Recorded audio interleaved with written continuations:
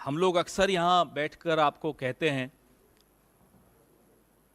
कि मोदी सरकार ध्यान बंटाती है, रोज नए शिगुफे छोड़ना, रोज नए इवेंट्स करना, रोज हेडलाइन मैनेजमेंट करना।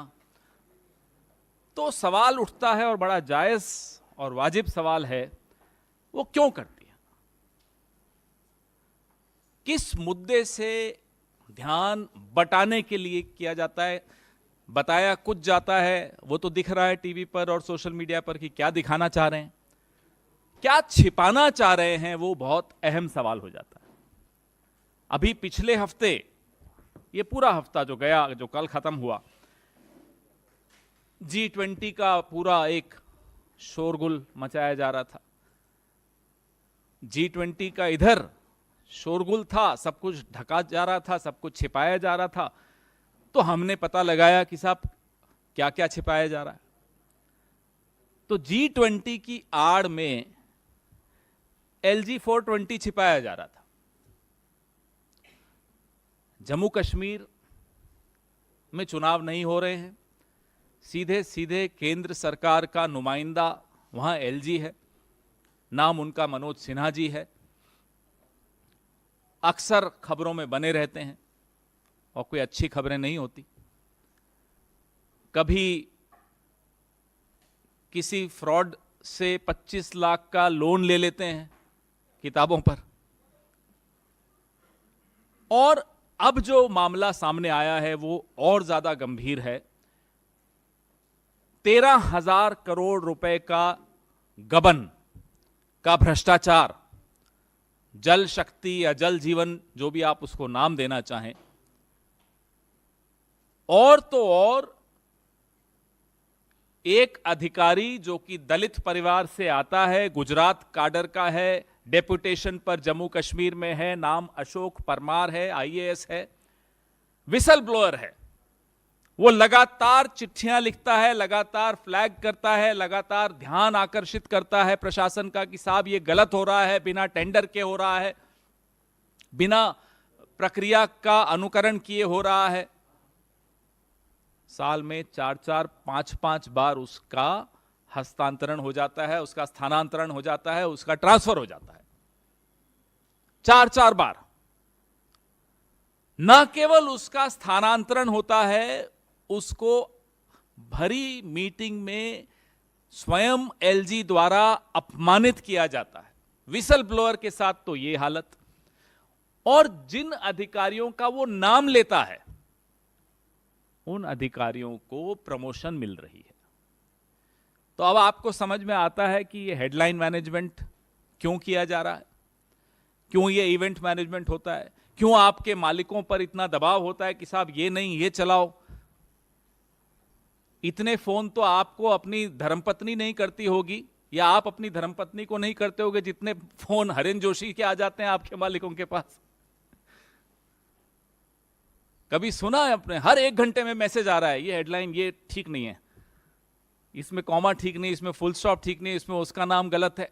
इतना हस्तक्षेप अगर मीडिया में हो रहा है तो अब समझ लीजिए कि क्यों हो रहा है। वो नहीं चाहते कि आप इस तरह के जो कांड हो रहे हैं वो जनता के सामने आए, वो मीडिया ऐसे स्कैम्स को, ऐसे घपलों को, ऐसे भ्रष्टाचार को सबके सामने लाए। घोटाले की एक क्रोनोलॉजी है जो मेरे सहयोगी संजीव थोड़ी देर बाद आपको सर्कुलेट करेंगे। बहुत सारे एनेक्शर्स हैं उसमें, फाइल नोटिंग्स हैं, सब कुछ है इसमें। तकनीकी मंजूरी और प्रशासनिक अनुमोदन के बगैर कैसे निविदा टेंडर निकाला जाता है, ये सारे मिनट्स हैं, सब कुछ इसमें है।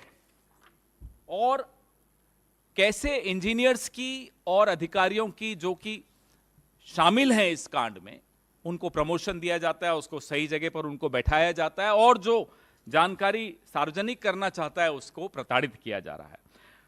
अनियमितताएं बाहर न आए उसके लिए योजनाओं को बांट दिया जाता है, क्लब करने की जगह अलग अलग कर दिया जाता है।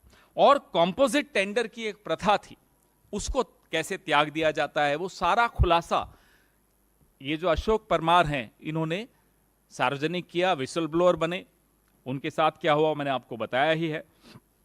एक बहुत व्यापक सी एक शिकायत उन्होंने 17 अगस्त को अभी इसी महीने, पिछले ही महीने की थी, जिसमें उन्होंने ये बताया, और मैं उससे कोट करता हूं, कि एलजी मनोज सिन्हा ने 6 जून 2022 को उन्हें बिना किसी गलती के परेशान करने और अपमानित करने के उद्देश्य से बैठक कक्ष से बाहर निकाल दिया। एक आईएएस ऑफिसर हैं, एक विसल ब्लोअर हैं, एक दलित परिवार के हैं, और संघर्षों की एक लंबी चौड़ी दास्तान है इनके आईएएस तक पहुंचने के लिए। गुजरात से आते हैं, उनको सचिवों की समिति की बैठक से, कक्ष से बाहर निकाल दिया जाता है, और भारत सरकार की जो स्थानांतरण नीति है, जो ट्रांसफर पॉलिसी है, उसका उल्लंघन करते हुए लगातार इनका स्थानांतरण किया जाता है। जब अशोक परमार ने इन भ्रष्ट आचरणों को उजागर किया तो उनके साथ ये सब हुआ। इन्होंने राष्ट्रीय अनुसूचित जाति जनजाति आयोग को भी पत्र लिखा और उत्पीड़न की, धमकी की, बदतमीजी की, ये सारे शब्द उन्होंने इस्तेमाल किए उस पत्र में। स्थानांतरण के बारे में सवाल भी उठाए कि साहब, एक जातिगत भेदभाव और पूर्वाग्रह से ग्रसित होकर ये स्थानांतरण किया जा रहा है, उनको प्रताड़ित किया जा रहा है, लेकिन कोई जवाब नहीं मिला। मैंने अपने प्रेस नोट में जो नामित अधिकारी हैं जिन पर भ्रष्टाचार का आरोप अशोक परमार जी ने लगाया है, उनका पूरा जिक्र इसमें किया है। 2 अधिकारी हैं, खास तौर पे आईएएस अधिकारी हैं, उनके बारे में भी इस पर पूरा आपको इस प्रेस नोट में जानकारी मिलेगी। हमारे कुछ सवाल हैं। हम बार बार आरोप लगाते हैं कि ये बाबा साहब अंबेडकर के संविधान के खिलाफ ये सरकार काम करती है। अब उसका एक प्रत्यक्ष आपको प्रमाण भी दे रहे हैं कि एक आईएएस अधिकारी को मोदी सरकार 13,000 करोड़ रुपए के बड़े घोटाले का पर्दाफाश करने का एक तरह से सजा दे रही है। तो क्या ये जवाब देंगे कि इसका किंग पिन कौन है, बड़ी मछली कौन है? ये तो हो नहीं सकता कि साहब कोई एक आईएएस अधिकारी किसी को प्रताड़ित कर रहा है अपने जूनियर को। ये भी हम नहीं मान सकते कि सिर्फ एलजी अकेला इतनी हिम्मत दिखा सकता है। एलजी के ऊपर कौन है? किसको छिपाया जा रहा है, किसको बचाया जा रहा है? ये 13,000 करोड़ जा कहां रहा है? ये हमारा पहला सवाल है। गृह मंत्रालय में शिकायतों के बावजूद, सीबीआई जांच की मांग के बावजूद, जम्मू कश्मीर प्रशासन या मोदी सरकार या गृह मंत्री, जिनके सीधे नीचे ये एलजी आते हैं, उन्हीं को रिपोर्ट करते हैं, ने जल जीवन मिशन के क्रियान्वयन में जो घोर अनियमितताएं हुई है उसका जांच का आदेश क्यों नहीं दिया? फिर से वही पहला सवाल आ जाता है, किसको बचा रहे हो, किसको छिपा रहे हो, क्यों नहीं जांच की मांग को स्वीकार कर रहे हो? और एक दलित आईएएस अधिकारी का उत्पीड़न, वो राष्ट्रीय अनुसूचित जाति आयोग को वो लिखता है, आज तक इस आयोग ने क्या मनोज सिन्हा को तलब किया? हमें मालूम है नहीं किया, तो हम जानना चाहते हैं क्यों नहीं किया। यह आयोग भी क्या राजनीतिक है? सिर्फ अपने राजनीतिक प्रतिद्वंदियों के लिए बनाया है? आपके अपने एलजी के खिलाफ इतनी गंभीर शिकायत आपके मातहत एक दलित अधिकारी करता है और आप उस पर चुप बैठे रहते हो, यह क्या दिखाता है? मोदी सरकार ने इस अधिकारी अशोक परमार के खिलाफ झूठे आरोप भी लगाए, यह दावा करते हुए कि कॉन्ट्रैक्ट समिति का वो प्रमुख बनना चाहते थे, जबकि इसका कोई लिखित कहीं भी आपको रिकॉर्ड नहीं मिलेगा। हवा में आरोप लगा दिए, उसको डिस्क्रेडिट करने के लिए, उसकी जो बात है उसको एक तरह से मटियामेट करने के लिए। तो ये उल्टा चोर कोतवाल को डांटे का सिंड्रोम क्यों है? आपके अपने राज्य का अधिकारी है, संघर्ष करके यहां तक पहुंचा है, एकदम जो हिंदी पिक्चरों में भी देखते हैं ना, उससे भी ज्यादा कड़ा संघर्ष इस व्यक्ति ने, इसके परिवार ने किया यहां तक पहुंचने के लिए। तो हमारे ये 3 सवाल हैं, इसका जवाब पूरी उम्मीद है हमें कि नहीं मिलेगा, लेकिन पर्दाफाश मोदी सरकार की असलियत से हो जाता है जब इस तरह के आरोप लगते हैं और जब चुप्पी होती है, वहां से कोई जवाब नहीं आता। सब आयोग चुप, एलजी चुप, सरकार चुप, गृह मंत्री चुप। अब बोलने का वक्त जो है अब जनता का आ रहा है। यू वांट इंग्लिश में बोलना है या?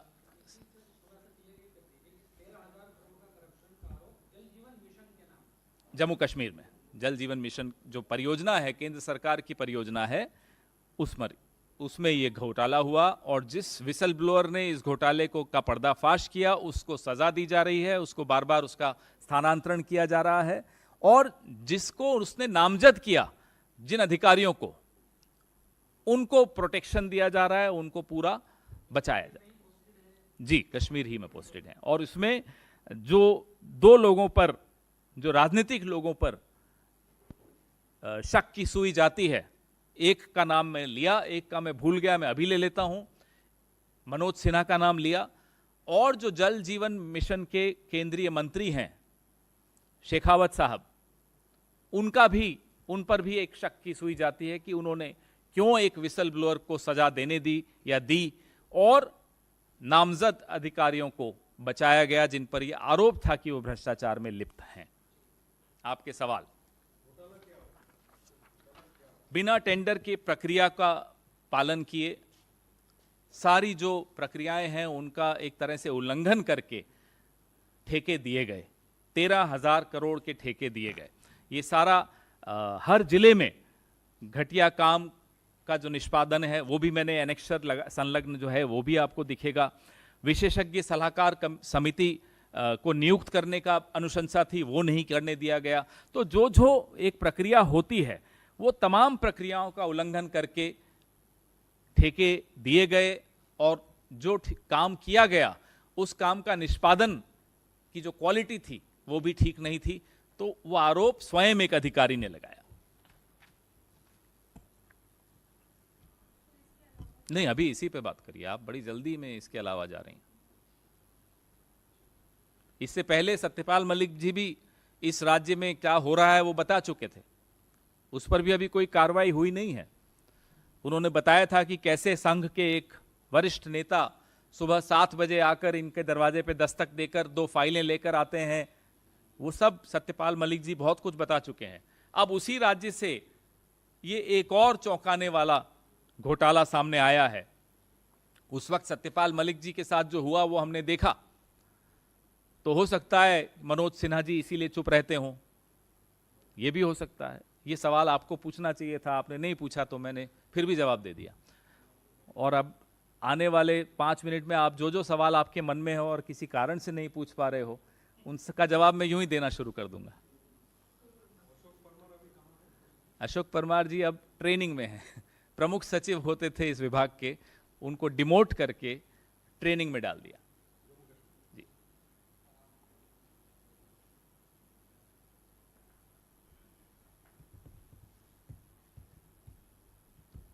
बोलिए ना इस पे।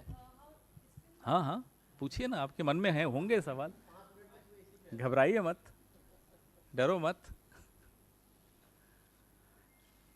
कोई कारण होता है कि वहाँ चुनाव नहीं करवाए जा रहे, कोई कारण है कि वहाँ मीडिया को एक्सेस नहीं दिया जाता, कोई कारण है कि वहाँ खुलेआम कोई आदमी जाता है, Z+ सिक्योरिटी ले लेता है, घोटाले करता है, सुना उसको बेल भी मिल गई। तो क्या हो रहा है वहाँ? मनमोहन सिंह जी की सरकार के वक्त वो पर्यटन का केंद्र बन गया था जम्मू कश्मीर, आज घोटालों का केंद्र बन गया है। तो ये अंतर स्पष्ट सबको दिखना चाहिए। जी, आप क्या कह रहे थे? हम अब तो जांच की मांग ही नहीं करते, हम छोड़ दिए। हम तो चाहते हैं कि आपके माध्यम से बस ये बाहर निकले बात। अब जांच 7 महीने में तो क्या, तो ये जांच करा लेंगे, लेकिन न्याय अनुसूचित जाति आयोग से हमें उम्मीद अभी भी है कि एक दलित अधिकारी के साथ आप न्याय करेंगे। बाकी ईडी सीबीआई तो हम जानते हैं, आप भी जानते हो जन्नत की हकीकत क्या है, लेकिन फिर भी अब 7 महीने सिर्फ खुलासे होने चाहिए। अब जनता खुद करेगी जो करना है।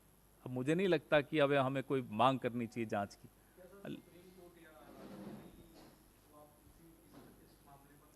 अभी पहला चरण है, आपके माध्यम से इसको बाहर लाए हैं, क्योंकि ये बात दबाई जाती है, नहीं आने दी जाती, कभी G20, कभी कोई और 20, कभी 24, सब चलता रहता है।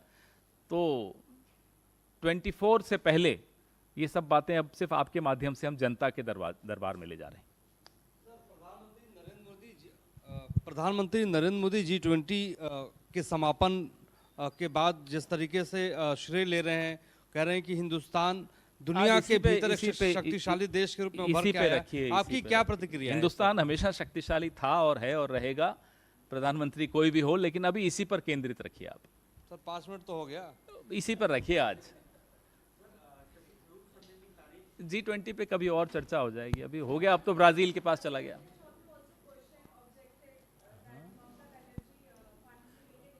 Focus on this. Let's focus on this. I don't want the focus to get shifted, please.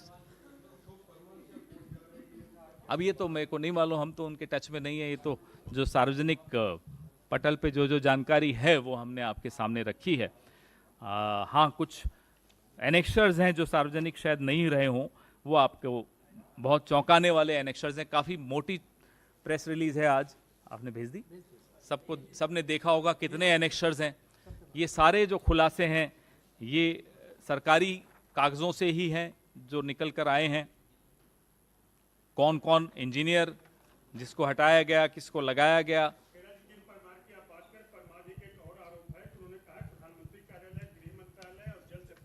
को भी जम्मू कश्मीर के अधिकारियों ने झूठी, भ्रामक, मनगढ़ंत और तथ्यात्मक रूप से गलत रिपोर्ट पेश की है। तो किसकी इतनी हिम्मत होगी, किसी अधिकारी की इतनी हिम्मत कैसे हो सकती है कि वो गृह मंत्री को, प्रधानमंत्री को, केंद्र सरकार को भ्रामक जानकारी देता है? कहीं ना कहीं कोई प्रोटेक्शन होगी तभी होगा ना।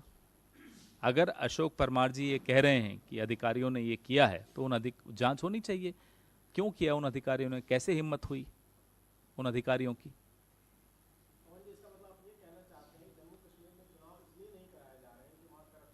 खुला खेल चल रहा है, खुला खेल चल रहा है। अभी तो एक आध परत खुली है, आने वाले दिनों में क्या क्या वहाँ, मैंने आपको कुछ वक्त पहले स्मार्ट मीटर स्कैम बताया था। उस वक्त तो खैर सरकार के वक्त हुआ था, लेकिन अब उस स्कैम का क्या हो रहा है नहीं मालूम। सत्यपाल मलिक जी ने जो सवाल उठाए हैं उनका जवाब अभी तक आपको नहीं मिला, न मिलेगा, कोई उम्मीद भी नहीं होनी चाहिए। ऐसे अनेक सवाल हैं, भ्रष्टाचार को लेकर भी, सुरक्षा को लेकर भी। डीएसपी देविंदर सिंह के बारे में तो हम कई बार आपसे, आपके मार्फत सवाल पूछ चुके हैं, कोई जवाब नहीं आता ही नहीं है। इंक्वायरी तक नहीं होने दी, लिखित में लिखा गया कि साहब राष्ट्रीय सुरक्षा के मद्देनजर इन पर इंक्वायरी भी नहीं होगी, कोई कार्रवाई नहीं होगी, पर कहाँ है हमें नहीं मालूम। तो ऐसे कई सवाल वहाँ से दबाए जा रहे हैं, छिपाए जा रहे हैं।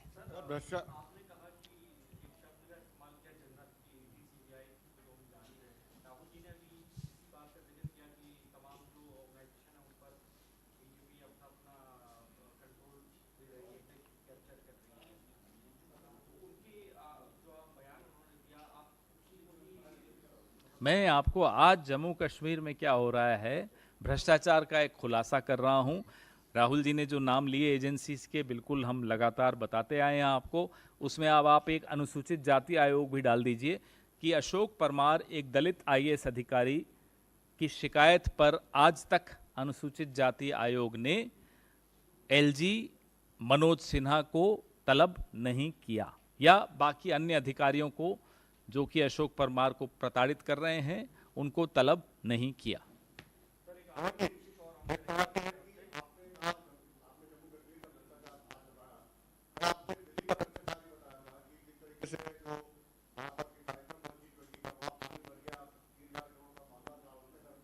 आप मुझे फिर से धक्का मार के G20 पे ले जा रहे हैं, मैं फिर से आपको खींच के लाऊंगा जम्मू कश्मीर पे।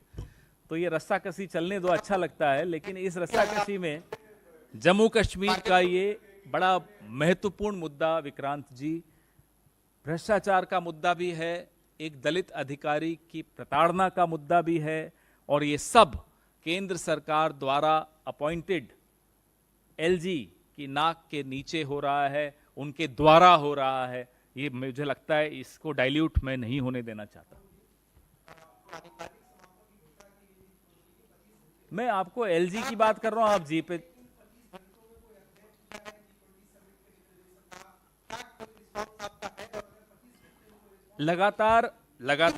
लगातार हमारे वरिष्ठ सहयोगी जयराम रमेश जी लाइव ट्वीट कर रहे थे रिस्पांस। पता नहीं आपने क्यों नहीं देखा उस लाइव ट्वीट के रिस्पांस को। तो मैं आपको इस प्रेस वार्ता के पश्चात जयराम रमेश जी द्वारा जितने ट्वीट्स G20 पर किए गए मैं आपको प्रेषित कर दूंगा, आप पढ़ लीजिएगा। उसका अध्ययन करने के लिए मैं आपको 48 घंटे भी दूंगा। फिर भी अगर आपको कोई कमी लगे तो फिर एक प्रेस वार्ता और कर लेंगे।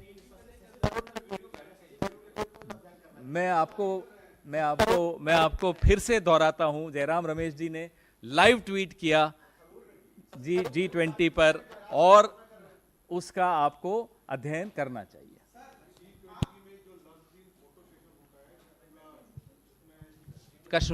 कश्मीर 13,000 करोड़ दलित IAS अधिकारी की प्रताड़ना, उससे ज्यादा महत्वपूर्ण क्या हो सकता है, मुझे बताइए। इससे ज्यादा महत्वपूर्ण इंडिया गठबंधन है सर। आपने खुद ही कहा इंडिया गठबंधन ही तो उठा रहा है इस तो मुद्दे इसीलिए को। पूछ रहा हूं मैं। अधीर तो हम रंजन तो चौधरी आपको- अधीर रंजन आपको- चौधरी ने कहा क्या मजबूरी है ममता बनर्जी की, क्यों गई डिनर में, मैं फिर से जबकि आपके आपका खुद के ध्यान- मुख्यमंत्री गए। फिर से आपका ध्यान आकर्षित करूंगा। ये गंभीर मुद्दा है, इस पर से ध्यान न हमारा बंटने दीजिए न आपका बंटने दीजिए। सर, अधीर की सरकार टिप्पणी- यही चाहती है कि ध्यान बंटे, सरकार यही चाहती है कि हेडलाइन मैनेजमेंट हो। सर- मैं और आप कम से कम उस षड्यंत्र का सर हिस्सा न अधीर बने। रंजन चौधरी वो आपके आपकी लोकसभा में कृपा नेता हो। है सर, वो कह रहे हैं ममता वो बनर्जी मुद्दा किस अलग है, मजबूरी में सही गई। वक्त पे उस मुद्दे पर हम आपसे वार्तालाप करेंगे। आज का मुद्दा ये बहुत महत्वपूर्ण मुद्दा है, इस मुद्दे से ध्यान हमें नहीं हटना देना चाहिए। ये सब बातों पे चर्चा होगी आपसे, लेकिन इस मुद्दे पर ध्यान रखना बहुत आवश्यक है, क्योंकि सरकार हमेशा बच के भागती है इन्हीं सवालों के पीछे छिपकर। मैं ये नहीं कह रहा आप सरकार की तरफ से सवाल पूछ रहे हैं, आपका हक है, सवाल पूछना भी चाहिए आपको, लेकिन आज इस मुद्दे पर हम अडिग रहें तो इस मुद्दे के प्रति न्याय होगा।